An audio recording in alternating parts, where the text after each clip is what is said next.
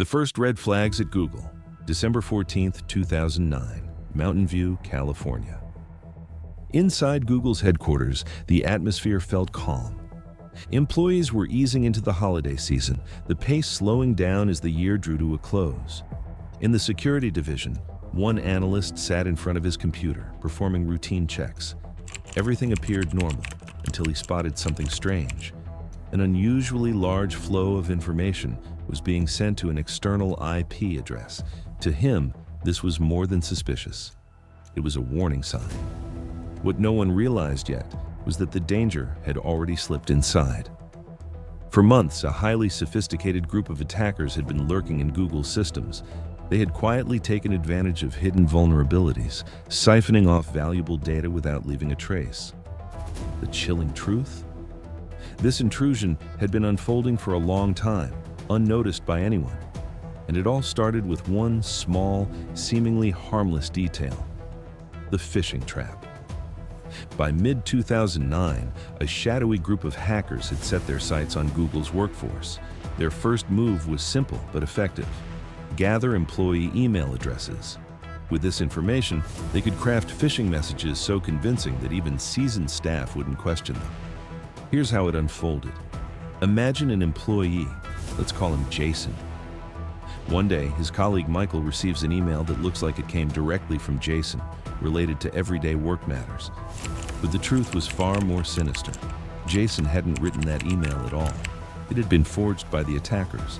The intruders had mapped out social connections, studied email exchanges, and mimicked communication patterns so precisely that their fake messages were indistinguishable from the real thing. Michael clicked a link, believing it was safe. The page appeared ordinary, nothing unusual. Hidden beneath, however, was carefully planted malware. Since no alarms went off, there was no reason to suspect danger. But that was the brilliance of the attack. It was invisible. For months, the hackers operated inside Google's networks, bypassing defenses and extracting information without a trace. Once the breach was finally detected, Google's security team went into crisis mode. Emergency meetings were held. Entire hard drives were removed from office computers late at night for forensic inspection. Soon, the investigation expanded worldwide. Cybersecurity experts from different countries joined forces to dissect the malicious code. After weeks of painstaking reverse engineering, they discovered a peculiar clue buried deep in the malware: a file path containing the word Aurora. That single word gave the attack its infamous name: Operation Aurora. Whether it was deliberately planted as a calling card or merely an internal label the hackers left behind, no one knows for sure. What became clear, however, was chilling. Every major tech company suddenly realized their defenses were not as impenetrable as they believed. Yet the biggest questions remained unanswered. Who was behind Aurora? What drove them? And how had they managed to slip past Google's layers of protection completely undetected for so long? The Trojan horse inside the network. The malware wasn't just a simple trick. It was a Trojan horse with devastating capabilities. Once inside, it created an encrypted tunnel that gave the attackers direct, unrestricted access to the infected machine. From there, it spread further, weaving its way into Google's broader network. With just a single click, an invisible backdoor had been opened, linking Google's supposedly secure systems straight to the hackers' control. Hidden deep within the flow of regular data, the attackers planted their code, camouflaging it as harmless network traffic. It wasn't until the holiday season that the true scale of the operation became clear. As investigators dug deeper, they realized Google was only one piece of a much larger puzzle. The same attack had struck at giants across multiple industries: Adobe Systems, Yahoo, Morgan Stanley, and several other major corporations, from tech to finance. The first clue came from monitoring network traffic. Google's team noticed a sharp and unusual surge in encrypted data transfers, far beyond normal levels. Worse still, this traffic was heading toward an external IP address that nobody recognized. The implications were severe. This wasn't a glitch or an accident, it was a coordinated breach. In response, Google launched a global emergency call. Cybersecurity teams from offices across the United States and beyond were summoned.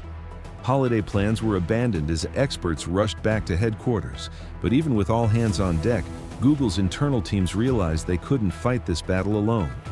They turned to outside reinforcements, bringing in some of the best-known names in cybersecurity. One of them was McAfee. Dmitry Alperovich, then head of threat research at the company, stepped in to lead the external investigation. His team began the painstaking work of digital forensics, determined to trace the intruders and close the breach before even more damage was done. Zero-day exploit and global fallout. For weeks, Google's security division went into full lockdown. Communication with the outside world was cut off, and no external visitors were allowed through their doors. Everything was conducted in total secrecy. The mission: contain the breach, identify the intruders, and stop the theft of data before it spiraled even further out of control. As the investigation deepened, the hackers' strategy came into focus. They had exploited a zero-day vulnerability hidden within Internet Explorer 6, an unknown weakness that no one had patched or even discovered. Logs soon revealed something even more unsettling. The attackers had gained access to Google's source code repositories, and they weren't stopping there. They also attempted to break into the Gmail accounts of Chinese human rights activists, people already under heavy government scrutiny. The implications were alarming. The attack appeared to carry the fingerprints of state sponsorship, and suspicion pointed directly toward China. But the activists weren't the only targets. Google's crown jewel, its source code, was at risk. If stolen, it could be reverse engineered, exploited for hidden flaws, or even weaponized to create rival platforms. McAfee's forensic team uncovered another disturbing truth. Google's source code protections were weaker than anyone expected. The attackers had already slipped through those defenses using a previously unknown strain of malware. Some of the code had already been stolen. Google moved quickly. Compromised systems were isolated and disconnected.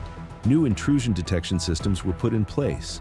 Gmail security was overhauled, with HTTPS becoming the default, and additional safeguards like two-factor authentication were introduced.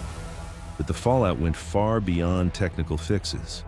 For years, Google had wrestled with China, censorship, government restrictions, and constant tension around human rights. The Aurora attack became the breaking point. In January 2010, Google released a statement titled "A New Approach to China."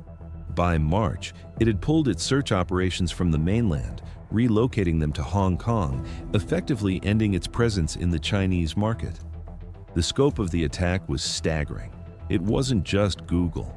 Companies like Adobe, Intel, and Yahoo were also hit, forcing collaboration across industries. Even U.S. government agencies, including the FBI and NSA, became involved in the investigation, working to trace the attackers and prevent a repeat of such a breach. Operation Aurora reshaped cybersecurity on a global scale. It was a wake-up call, proof that even the world's largest corporations were not invulnerable. As for the hackers, known as the Elderwood Group, they disappeared from the spotlight after 2013. Some say they were absorbed into other Chinese cyber units. Their precise identities remain a mystery. What is certain is that their methods and influence still echo today, reminding the world that in cyberspace, the line between corporate theft and geopolitical warfare can be frighteningly thin.